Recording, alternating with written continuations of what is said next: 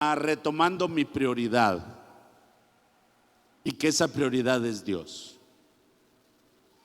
Quiero que me acompañe al libro de Ageo, capítulo 1, versículos del 1 al 8. Para los que toman nota del bosquejo, hermano, tomen nota de esto. Es poderoso lo que vamos a ver esta tarde. Dice la palabra del Señor, Ageo 1, versículos del 1 al 8. En el año segundo del rey Darío, en el mes sexto, en el primer día del mes, vino palabra de Jehová por medio del profeta Ageo a Zorobabel, hijo de Salatiel, gobernador de Judá, y a Josué, hijo de Josadac, sumo sacerdote, diciendo: así ha hablado Jehová de los ejércitos, diciendo: este pueblo dice, no ha llegado aún el tiempo de que la casa de Jehová sea reedificada.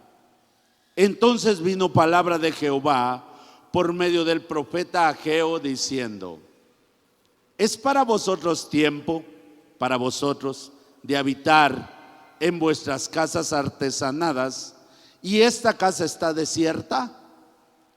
Pues así ha dicho Jehová de los ejércitos: meditad bien sobre vuestros caminos. Sembráis mucho y recogéis poco. Coméis y no os saciáis. Bebéis y no quedáis satisfechos. Os vestís y no os calentáis. Y el que trabaja a jornal recibe su jornal en saco roto. Así ha dicho Jehová de los ejércitos: meditad sobre vuestros caminos. Subid al monte y traed madera y reedificad la casa, y pondré en ella mi voluntad y seré glorificado, ha dicho Jehová. Mis amados hermanos, es normal escuchar a los creyentes decir que Dios lo es todo en sus vidas. En esencia, hermanos, sin Él no somos nada. Tal como las personas lo dicen que Dios es todo en su vida, tienen toda la razón. Pero si Dios ocupa un lugar de prioridad en la vida de cada creyente, no tendría que haber ningún problema, y a ningún creyente le debiera costar leer su palabra, orar, aprender de su palabra, servir, congregarse. ¿Por qué? Porque Dios es su prioridad. No sería ningún problema ofrendar, porque Dios es una prioridad. Pero si le cuesta orar, si le cuesta servir, si le cuesta mucho congregarse, leer su palabra, estudiarla, dar para la obra del Señor, si le cuesta, hermano, será Dios su prioridad. Hermano, mire, si le cuesta diezmar,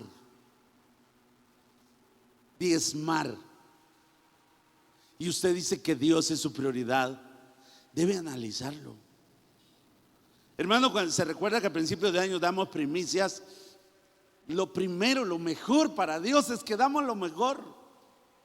Si nos cuesta eso, ¿será Dios nuestra prioridad? A veces hacemos promesas de fe.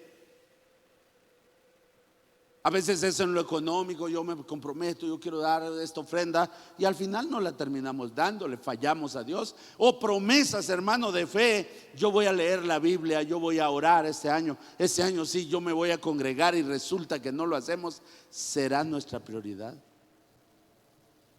Entonces debemos coincidir que quizá Dios no es una prioridad en nuestra vida. Esa es la verdad.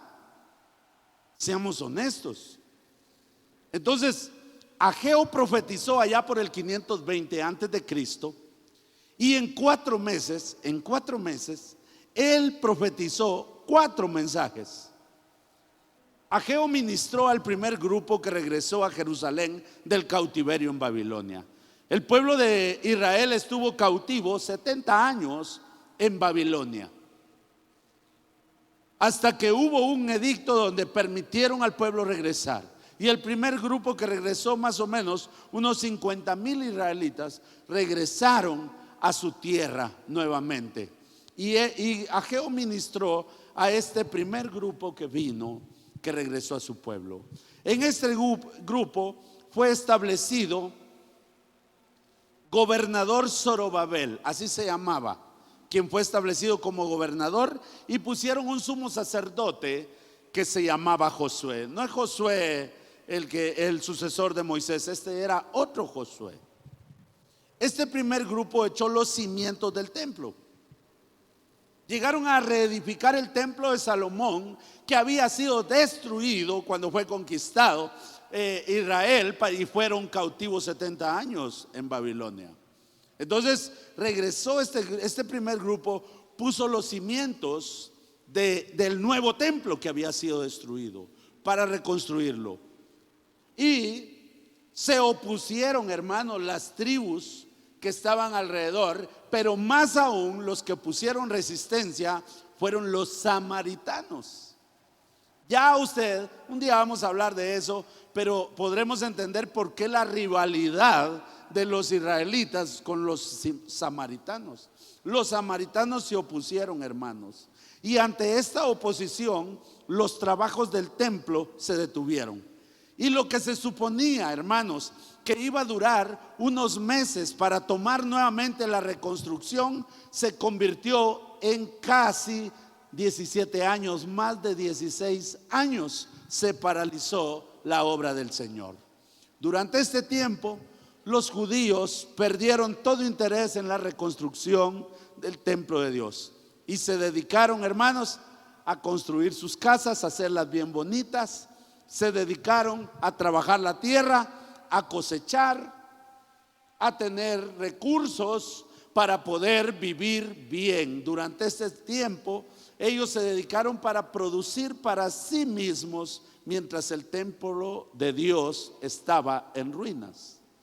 El mensaje de Ageo fue alentar a Zorobabel, gobernador, y al sumo sacerdote Josué a dirigir al pueblo a reconstruir el templo de Dios, porque de esta manera Dios había prometido que los iba a bendecir grandemente.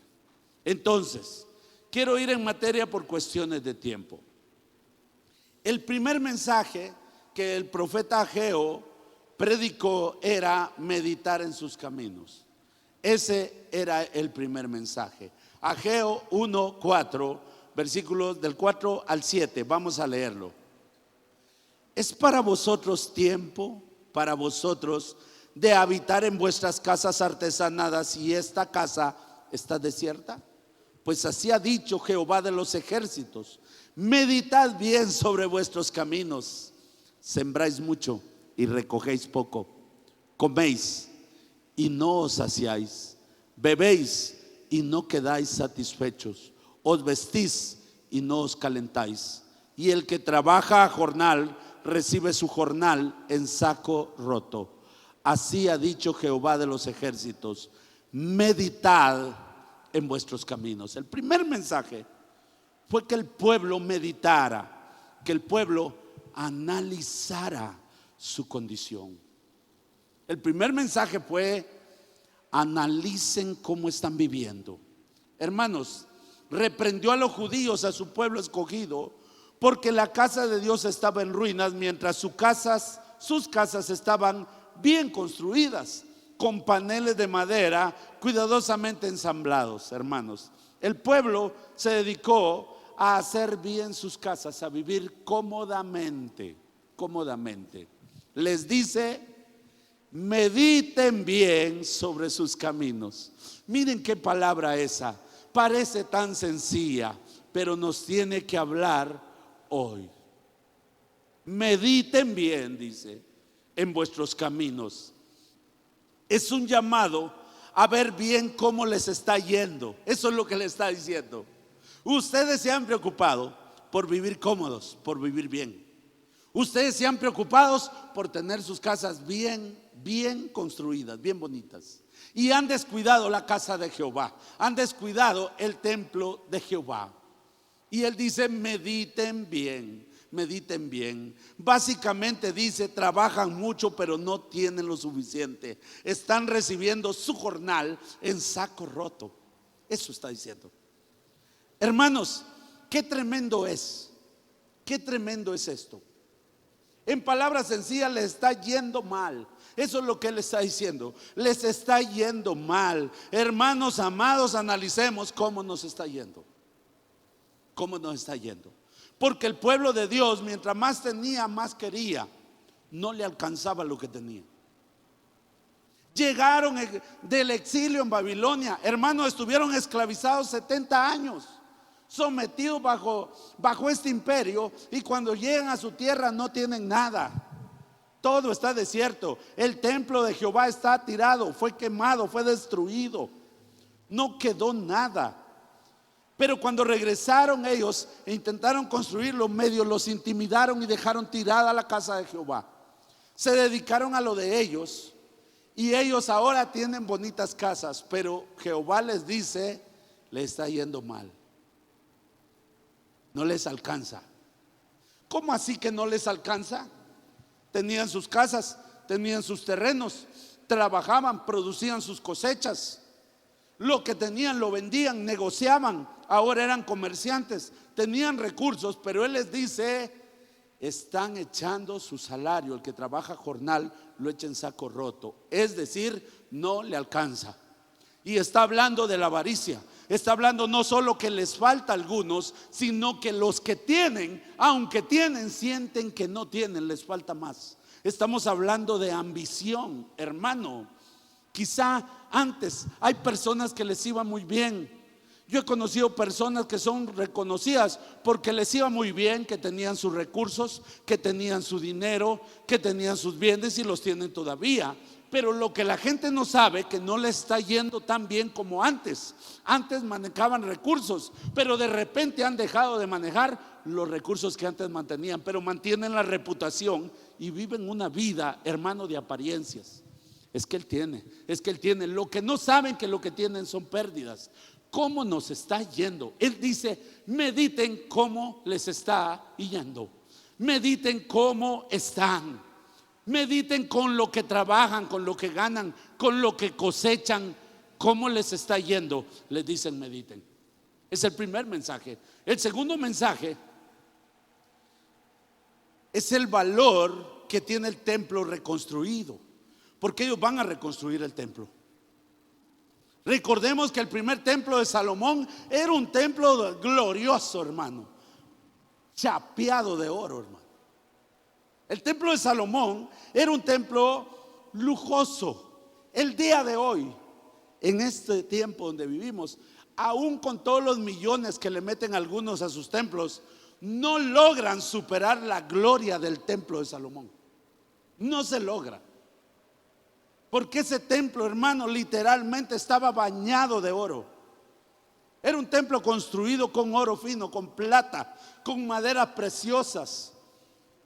No hay talladores como los que Dios levantó en ese tiempo para hacer los querubines y toda la gloria de ese templo. Ageo capítulo 2, versículos del 3 al 7. Miren lo que dice. ¿Quién ha quedado entre vosotros? Escucha eso. ¿Quién ha quedado entre vosotros que haya visto esta casa en su gloria primera? ¿Y cómo la veis ahora? Está hablando del templo de Salomón. ¿No es ella como nada delante de vuestros ojos? Pues ahora, Zorobabel, esfuérzate, dice Jehová, esfuérzate bien, Josué, hijo de Josadac, sumo sacerdote, y cobra ánimo, pueblo todo de la tierra, dice Jehová, y trabajad porque yo estoy con vosotros, dice Jehová de los ejércitos. Según el pacto que hice con vosotros cuando salisteis de Egipto, así mi espíritu estará en medio de vosotros. No temáis, porque así dice Jehová de los ejércitos: de aquí a poco yo haré temblar los cielos y la tierra, el mar y la tierra seca, y haré temblar todas las naciones, y vendrá el deseado de todas las naciones, y llenaré de gloria esta casa, ha dicho Jehová de los ejércitos. En comparación al templo de Salomón, el templo que estaban construyendo era una choza. Eso es lo que les está diciendo. ¿Quién ha quedado, dice, de entre el pueblo? O sea, los más viejos, que vio la gloria del templo que destruyeron. Y dice, en comparación a ese templo, lo que ustedes ven que están reconstruyendo es nada. Es nada. Pero él quiere dejar claro el valor del templo reconstruido. Dios les va a dejar claro que lo más valioso del templo no era el oro, ni las maderas preciosas con que fue decorado, sino la presencia de Dios en ese lugar. Eso es lo más valioso. No es lo hermoso de un templo. Claro que si se puede, hermano, ¿por qué no arreglarlo? ¿Por qué no tener un templo precioso? Si hay posibilidades, ¿por qué no tenerlo? Yo conozco predicadores que cuando llegan a un templo y ven, y como tienen un templo bonito, lujoso, lo ven así. Ay, no, los hermanos, porque creen que el templo es importante. Pero él les va a dejar claro que lo importante es la presencia de Dios en un lugar donde se rinde culto al Señor. Eso es importante. Eso es importante. Miren, hermanos, nosotros tenemos un templo precioso, gracias a Dios. Tenemos un templo maravilloso, precioso, elegante. Pero si aquí hay gente sentada que es un témpano de hielo, ¿de qué sirve el templo precioso? Si aquí Dios ha hablado, ha dado palabra, si aquí Dios te ha confrontado con tu realidad y lejos de salir convencido de que debes de cambiar, sales con una actitud pésima, ¿de qué sirve el templo precioso si no hay presencia de Dios en ese lugar? No sirve de nada. De la misma manera no es nuestra apariencia, no es nuestro atuendo, no es nuestro nivel académico lo que nos da un valor, sino la presencia de Dios que habita en nosotros, en los que hemos sido morada del Espíritu Santo. Esto es lo valioso.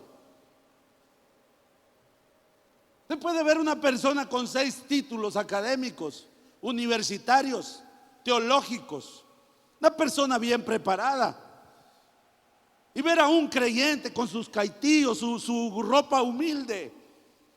Pero ese no vale más que el otro. Es la presencia de Dios que habita en él. Es el Espíritu Santo que mora en nosotros. Ese es nuestro valor, hermano. No es nuestra apariencia. Tengamos cuidado con perdernos en la vanidad. Vanidad de vanidades, dijo el predicador, todo es vanidad. Todo pasa. Miren qué preciosos se ven ustedes, qué guapos, qué hermosas están las hermanas. Pero vaya a las 5:30 de la mañana, que levante a ver cómo están. Todo es vanidad. Esa es la verdad, hermano, de verdad.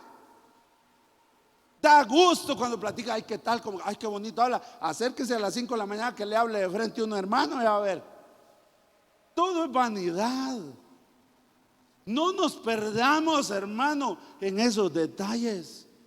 Es peligroso, hermano. El tercer mensaje que dio Ageo al pueblo fue la santidad. Ageo capítulo 2, versículos 13 al 15. Y dijo Ageo: si un inmundo a causa de cuerpo muerto tocare alguna cosa de estas, ¿será inmunda? Y respondieron los sacerdotes y dijeron: inmunda será.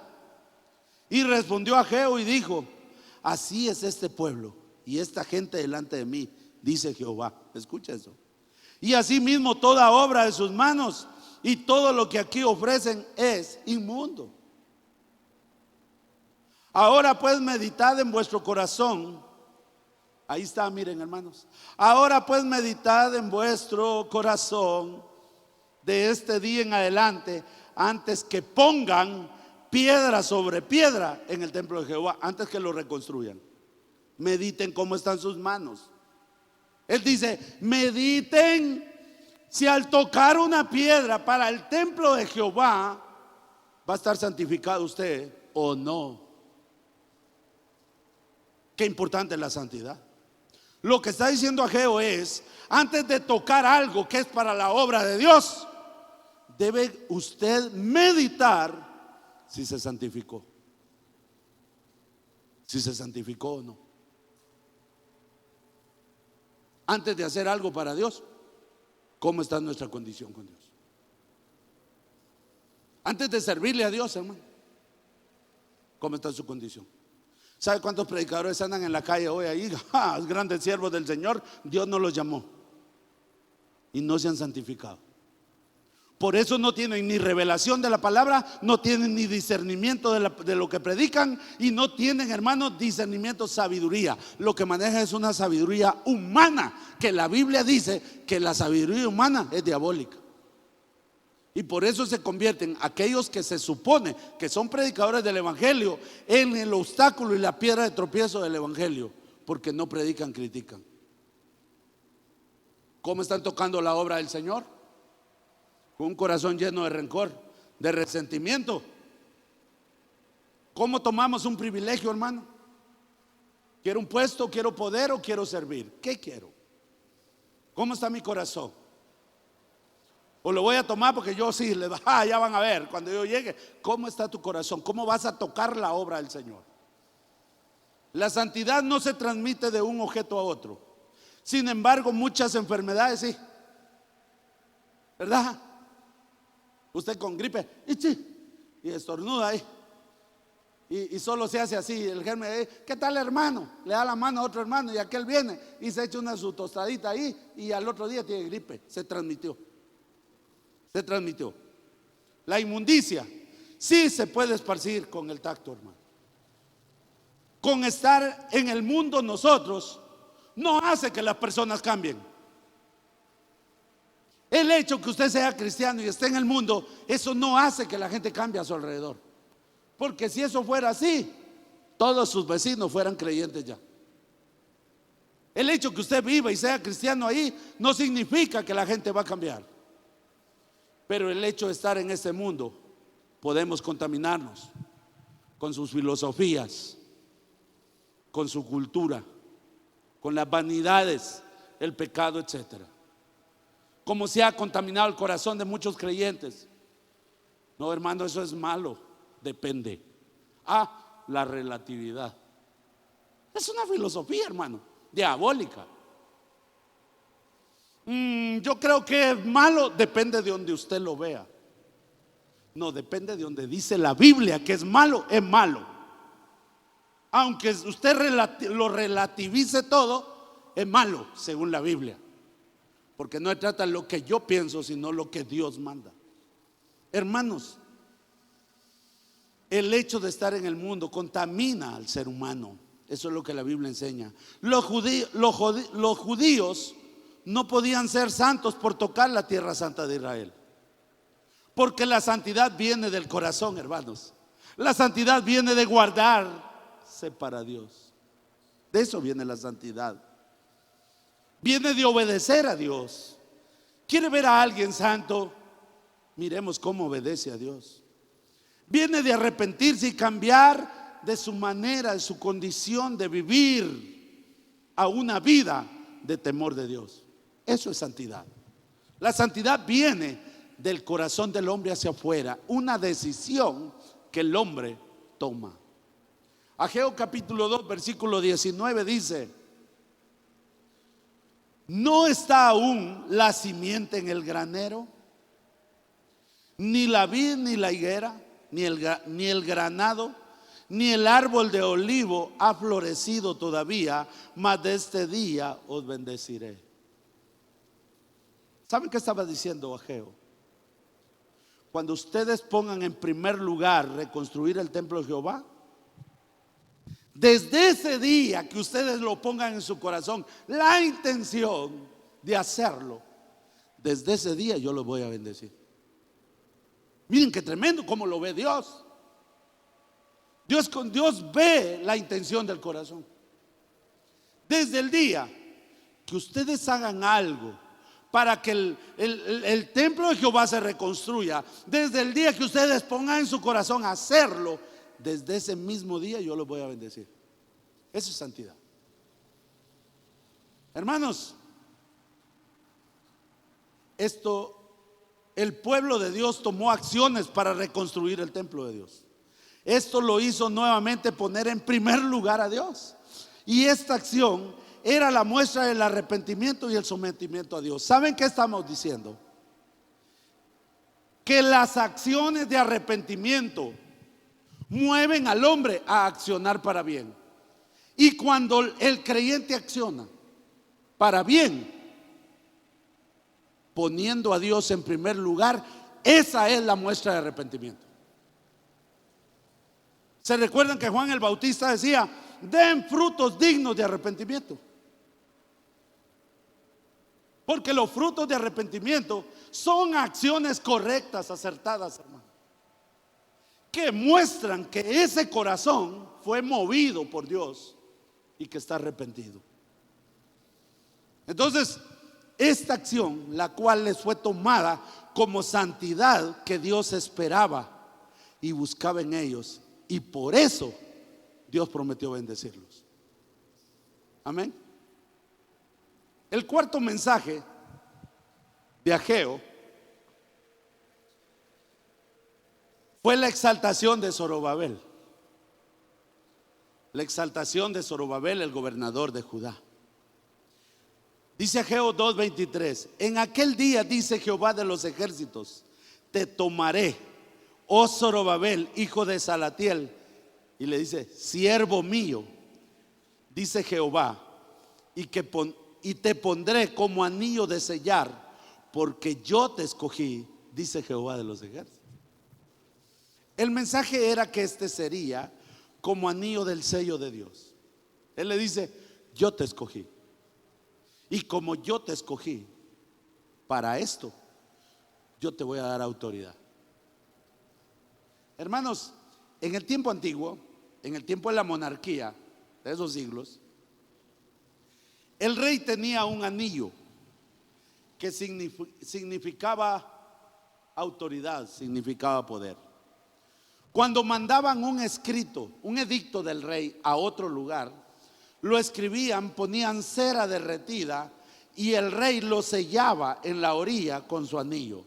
Cuando la cera aún estaba caliente, el rey ponía el anillo, y cuando el que recibía la nota miraba el anillo, el sello, el escudo del anillo del rey, sabía que el que lo había enviado era el rey. Así que esa carta era autoridad, se hacía porque se hacía.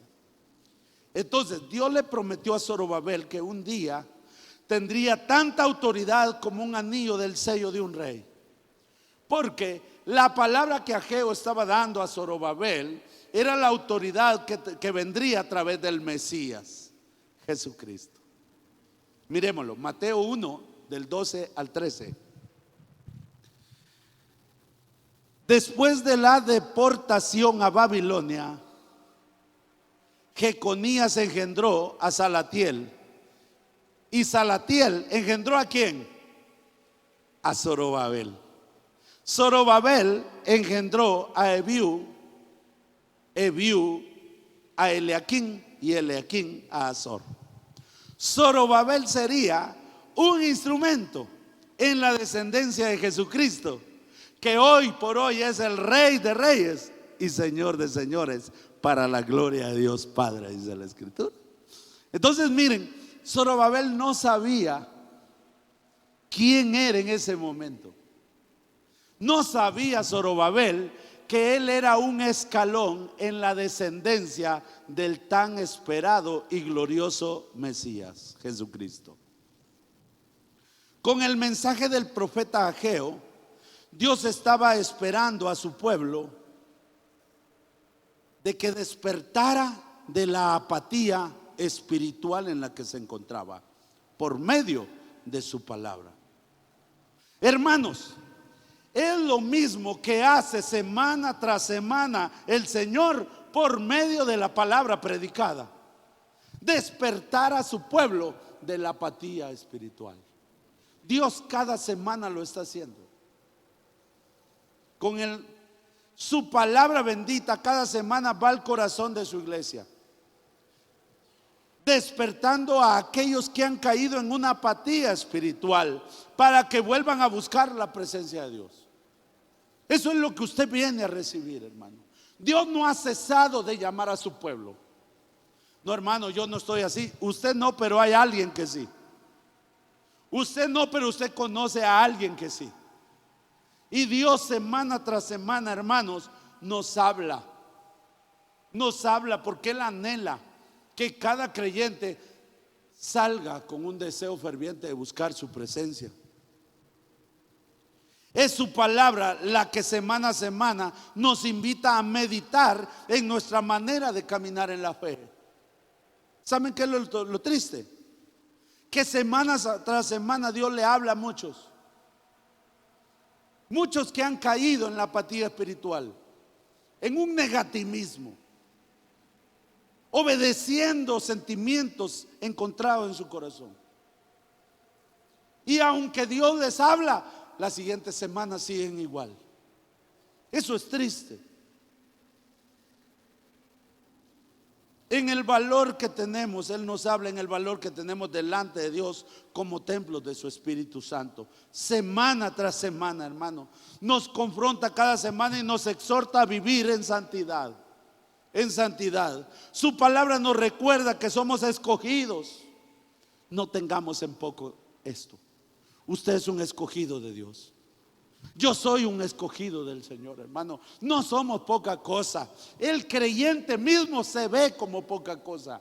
El creyente mismo se ve y dice: no, yo en comparación al resto, porque Él ve el mundo, y en comparación al resto se ve como poca cosa. El Señor dice: no son poca cosa. Son mis escogidos, son la niña de mis ojos, son mis santos, dice Dios. No somos cualquier cosa. A eso venimos y su palabra cada semana nos lo recuerda. No tengamos en poco esto. Ahora, miren lo que produce el escuchar a Dios. Ageo capítulo 1 versículos del 13 al 15. Entonces Ageo, enviado de Jehová, oiga esto. Entonces Ageo, enviado de Jehová, habló por mandato a Jehová, por mandato de Jehová al pueblo, diciendo: yo estoy con vosotros, dice Jehová.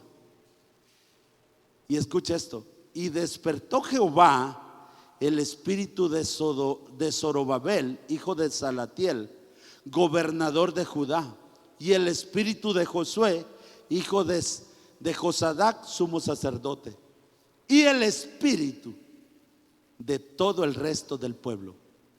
Y vinieron y trabajaron en la casa de Jehová de los ejércitos, su Dios, en el día 24 del mes sexto, en el segundo año del rey Darío. Y usted dirá: ¿qué dijo ahí? Es que la Biblia, los detalles, hermanos, no se pueden perder. Cuando la Biblia da fecha, dice: vino palabra de Jehová en el día tal, en el año tal, en el reinado tal. No lo dice solo para que no lo olvidemos, lo dice por algo.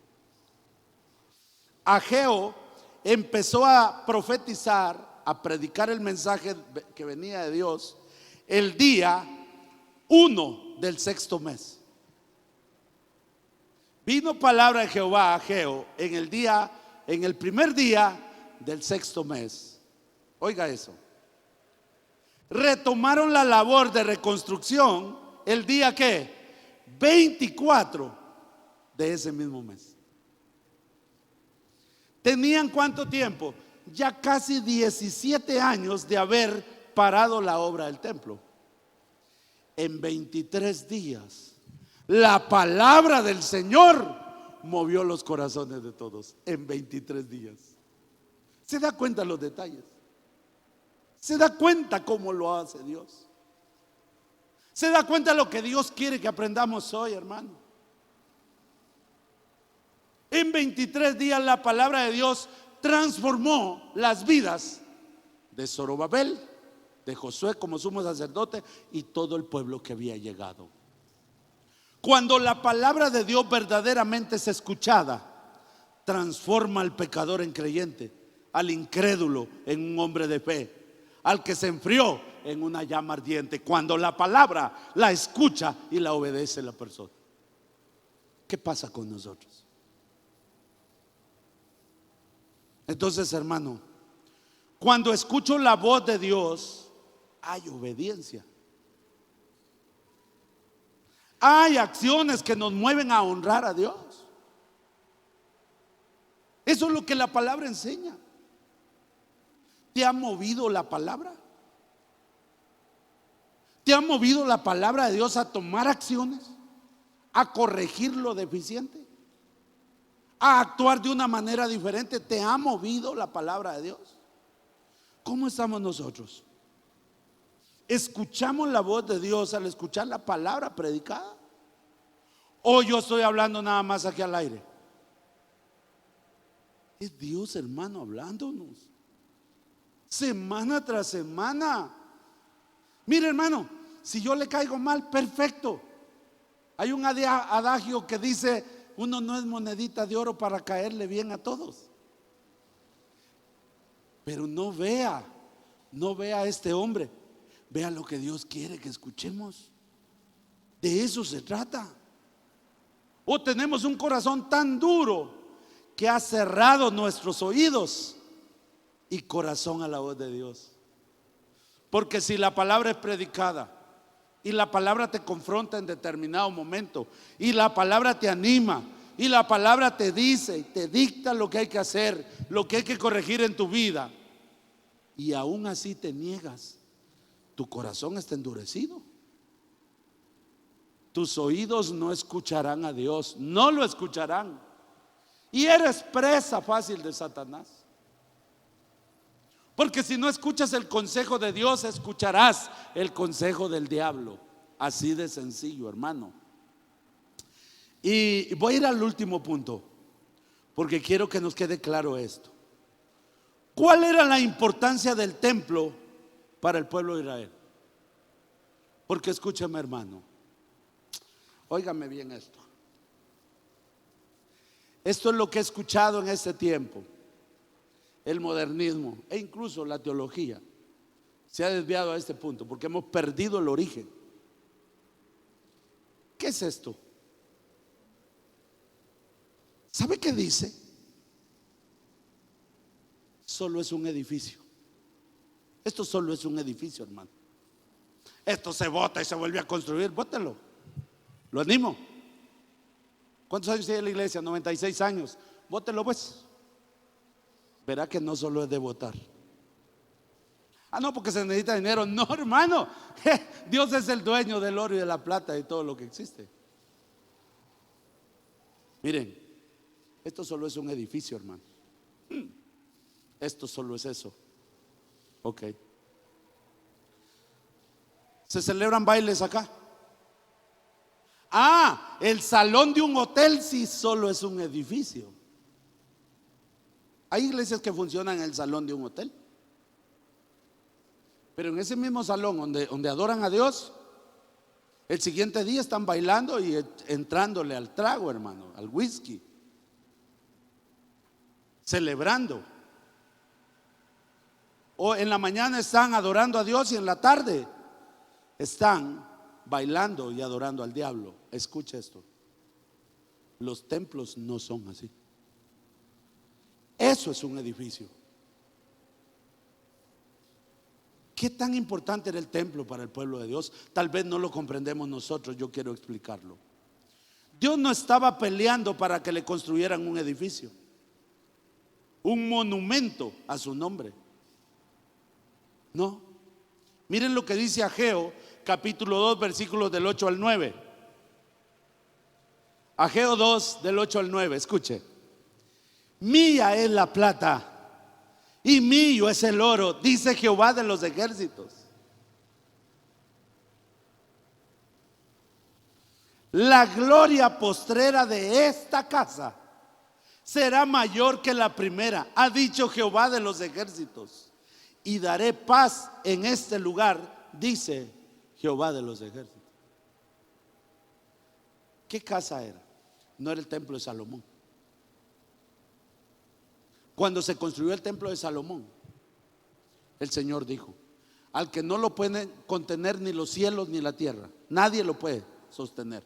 Es tan grande Dios, el que ha dicho que no habita en edificios hechos por manos de hombre. Cuando fue dedicado el templo de Salomón, Jehová dice: de ahora en adelante mis oídos estarán en este lugar. Cuando ustedes oren, yo voy a escucharlos. Cuando ustedes adoren acá, yo voy a estar presente, dice Jehová. Cuando dedicaron el templo, entonces, ¿estaba Dios pidiendo que le hicieran un edificio o peleando porque le hicieran un edificio? No. Él es el dueño de las riquezas del mundo, del universo. Su trono está en el cielo. ¿Se puede comparar este templo al templo de Él en el reino de los cielos? No se puede. Ahora, en el tabernáculo durante el Éxodo y en el templo de Salomón, era el lugar donde se manifestaba la gloria de Dios, donde se manifestaba su presencia especial en medio de su pueblo. Yo quiero que entendamos por qué para el pueblo de Israel era importante el templo. ¿Por qué Dios está reclamando que están construyendo sus casas bien bonitas y han olvidado la reconstrucción de su templo? ¿Cómo era su gloria manifestada ahí? ¿Cómo era? ¿Cómo se veía su presencia en aquel lugar? Yo les recuerdo, cuando estaban en el Éxodo, en el tabernáculo de reunión, era una carpa. Dios les dio las especificaciones: el atrio, el lugar santo y el lugar santísimo, un lugar privado donde solo en el templo de Salomón solo el sumo sacerdote podía entrar, pero en el tabernáculo de reunión no era así. Moisés con Aarón, el tabernáculo estaba en el centro del pueblo. Alrededor estaba designado de qué lado iban a estar las tribus, qué tribu estaba en tal lugar, en tal lugar, en tal lugar. Y en el centro estaba el tabernáculo de reunión, porque Dios simbolizaba lo primordial para el pueblo. La prioridad del pueblo tenía que estar en el centro del pueblo. Escuche, no se vaya a perder esto. Entonces, cuando Dios quería hablar al pueblo, llamaba a Moisés y a Aarón, y se oía y tronaba y decían: Dios va a hablar. Y la gente salía luego con sus hijos, sus esposas, sus hijos, su familia a la puerta de su tienda para ver al tabernáculo de reunión. Y cuando esto sucedía, descendía Jehová al tabernáculo de reunión, y todo el pueblo miraba cuando descendía Dios en una nube al tabernáculo de reunión. Imagínense, póngase a pensar usted está parado y desciende, se viene aquella nube y hay relámpagos, hay truenos, porque la gloria de Jehová está descendiendo en el tabernáculo. Miren la experiencia, miren lo que ellos veían, la relación de Dios con su pueblo. Y entonces Dios hablaba a Moisés directamente, y ahí se paraba Moisés y se paraba Aarón, el sumo sacerdote, y decía: quiero que mi pueblo haga esto, esto, esto y esto. Y ahí estaba Moisés delante de Jehová, el Dios todopoderoso. Y después se iba Jehová y ya venía Moisés: pueblo, Jehová ha dicho que hagamos esto. ¿Quién se oponía a hacer eso? Después de ver la gloria de Dios. ¿Se da cuenta? Luego es construido el templo de Salomón. Ahora, en este lugar, hermano, el templo, Dios recreaba, por decirlo así, lo que Adán y Eva perdieron en el huerto de Edén por causa del pecado. Eso es lo que sucedía en el templo. Hermano, ¿me está comprendiendo lo que estoy diciendo esta tarde, esta noche? ¿Amén o no amén? Entonces, ¿por qué era importante el templo? Porque en el templo de Jehová la presencia de Dios era única. La gloria de Jehová que se vivía ahí era única. No sucedía en ningún lugar, en el templo pasaba. Tremendo. Entonces, esa relación y comunión deleitosa con el Dios todopoderoso y vivo y verdadero, creador de todo el universo y de todo lo invisible, era una experiencia única. La relación de Jehová con la primera pareja, con Adán y Eva, ¿cómo era? Hermano, el templo lo recreaba. Estaba hecho de oro. ¿Qué significaba? Pureza, grandeza, algo sublime. El templo de Salomón tenía dibujos tallados de granadas, de vides, palmeras. ¿Qué era esto? Era una representación de lo que había sido la relación de Jehová en el huerto de Edén. Entonces Adán y Eva, hermano, tenían esa bendición que Jehová descendía, hablaba directo con ellos. Había una gran relación entre el hombre y Dios. Los ángeles, los querubines se paseaban por el huerto de Edén. Hermano, si se le aparece un ángel en la madrugada, ¿qué le pasa a usted? Ay, hermano, mañana lo estamos velando. Si con solo un ratón que pase usted son brincos que pegan, imagínese un ángel. Hermanos, eso es lo que representaba la grandeza de Jehová en su relación con el hombre. Ahora miren, Primera de Reyes, capítulo 9 al 3, dice: y le dijo Jehová: yo he oído tu oración y tu ruego que has hecho en mi presencia. Escucha esto: yo he santificado esta casa que tú has edificado para poner mi nombre en ella siempre, y en ella estarán mis ojos y mi corazón. ¿Cuántos días? Todos los días. Bendite Jared. Cuando oren aquí, dice, yo los voy a escuchar, como que ustedes están en el mismo cielo, en mi trono. La destrucción del templo fue un gran fracaso para los israelitas. De nada servía que regresaran a su pueblo, a su tierra, y no tuvieran la experiencia de esa relación con Dios. Debían construir el templo para volver a disfrutar de esa divina presencia de Jehová. El haberse ocupado de sus casas y no de las casas de Dios significó que tenían en poco la gloria y la presencia de Jehová. Hermanos, no fue el hecho de que lo sacaran de Egipto con poder y gloria. Escuchen, ¿por qué el pueblo salió viendo el gran poder de Dios? ¿Por qué? Para recordarles que ese era el Dios que tenía la relación con Adán y Eva, el Dios poderoso. Ellos salieron de Egipto y vieron el poder de Dios. Dios quería decirles: el mismo que trató, así como ustedes ven mi poder, que trató con Adán y Eva, y por culpa del pecado dejó de suceder esto. Aquí estoy, dice Jehová, soy el mismo poderoso. Soy el mismo que puedo abrir el mar. Soy el mismo que puedo derrotar al peor ejército del mundo. Soy el mismo que puede derrotar al que te oprime a ti. Soy el mismo Jehová de los ejércitos. Mi gloria, dice él, no ha cambiado. Hermano, perdóneme eso, no lo vaya a malinterpretar. No es que él te da vida eterna. Sí, tenemos vida eterna. No es el hecho que no vas a morir ya. Es el hecho que toda tu eternidad Él quiere que tú veas su poder.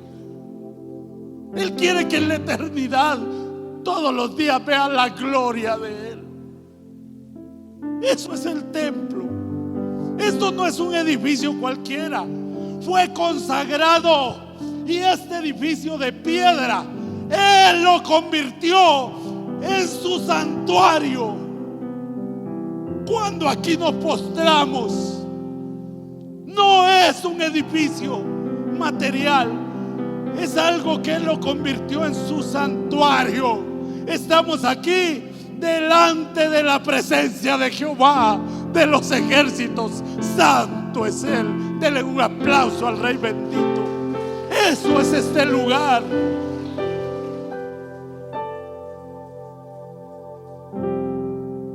¿Cómo te vas a ir de aquí? ¿Cuál es tu prioridad? Si tu prioridad es lo material, si tu prioridad no es lo espiritual, si tu prioridad es tu casa, tu carro, la comodidad, tú estás como el pueblo de Israel diciéndole: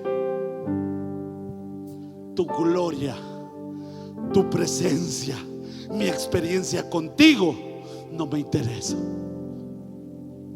Yo quiero que tú te vayas hoy con tu corazón lleno del Espíritu Santo, con una prioridad bien marcada. Que este no es cualquier lugar. Cuando tú vienes acá, cuando venimos acá, y no me da el tiempo para decirles, pero quiero terminar. Juan 17:3 lo aclara. Y esta es la vida eterna. Escuche, ¿cuántos tienen vida eterna acá? ¿Amén o no amén? ¿Cuántos salvos hay acá? Amén. Y esta es la vida eterna, que te conozcan a ti, el único Dios verdadero, y a Jesucristo a quien has enviado. Que es la vida eterna. Él quiere que conozcamos al Dios Todopoderoso acá. Hermanos, no tengas en poco esto. Dios bendiga a los hermanos que dieron para esto precioso. No tenga en poco nada de esto, porque estás en el santuario de Jehová, delante del mismo Dios, en su trono en el cielo, cuando estás acá como iglesia. Hermano, no tengas en poco la prioridad que debe ser Dios en tu vida. Amén.